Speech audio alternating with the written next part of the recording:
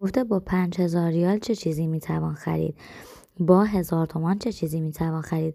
با 5000 تومان چه چیزی میتوان خرید؟ بچه‌ها ریال وقتی میخواد به تومن تبدیل بشه، تومن واحد اصلیمون هستش، یعنی ما با تومن سر و کار داریم بیشتر تا ریال. وقتی میخوایم ریال رو به تومن تبدیل کنیم یه صفر ازش کم میکنیم، وقتی تومن رو بخوایم به ریال تبدیل کنیم یه صفرش اضافه میکنیم. الان این 5000 تومن رو بخوایم به تومن تبدیل کنیم یه صفر ازش بگیریم، میشه 500. 500 چی؟ تومن. با 500 تومن چه چیزی میشه خرید؟ با 1000 تومن چی میشه خرید؟ با 5000 تومن چه میتونم بخرید؟ فکر کنید ببین چه چیزایی رو میتونید بخرید، من براتون جوابشو بذارم.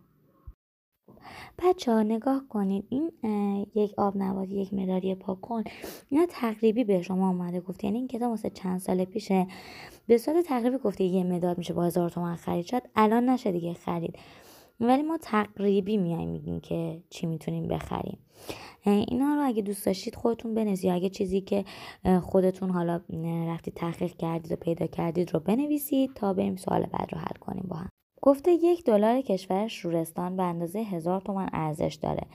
$4 این کشور ارزش بیشتری داره یا 3528 تومان. چرا؟ خب بچه‌ها من میخوام این سوال براتون حلش کنم. شما با توجه به راه حل این سوال دو سوال بعدی رو خودتون حلش کنید. خب این بچه بر حل این سوال من میام با استفاده از جدول نظامدار حلش میکنم. چرا؟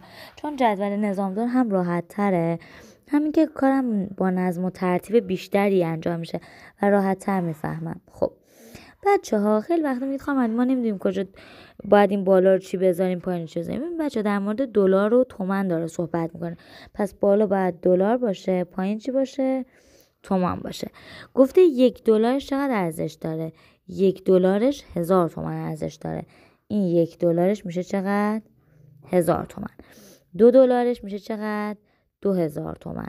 $3 میشه 3000 تومان و $4 هم میشه چقدر؟ 4000 تومان. درسته؟ پس این میشه چقدر؟ 4000 تومان. درسته؟ حالا میگه 4 دلارش که شده 4000 تومان ارزش بیشتری داره یا 3528 تومان. کدوم بچه ها؟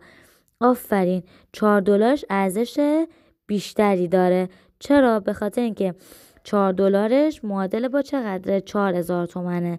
به این دلیل. خب سوال 3 و 4 هم شما حل کنید مثل من، جدول بشید با جدول نظامدار حلش کنید تا من جوابشو براتون بذارم.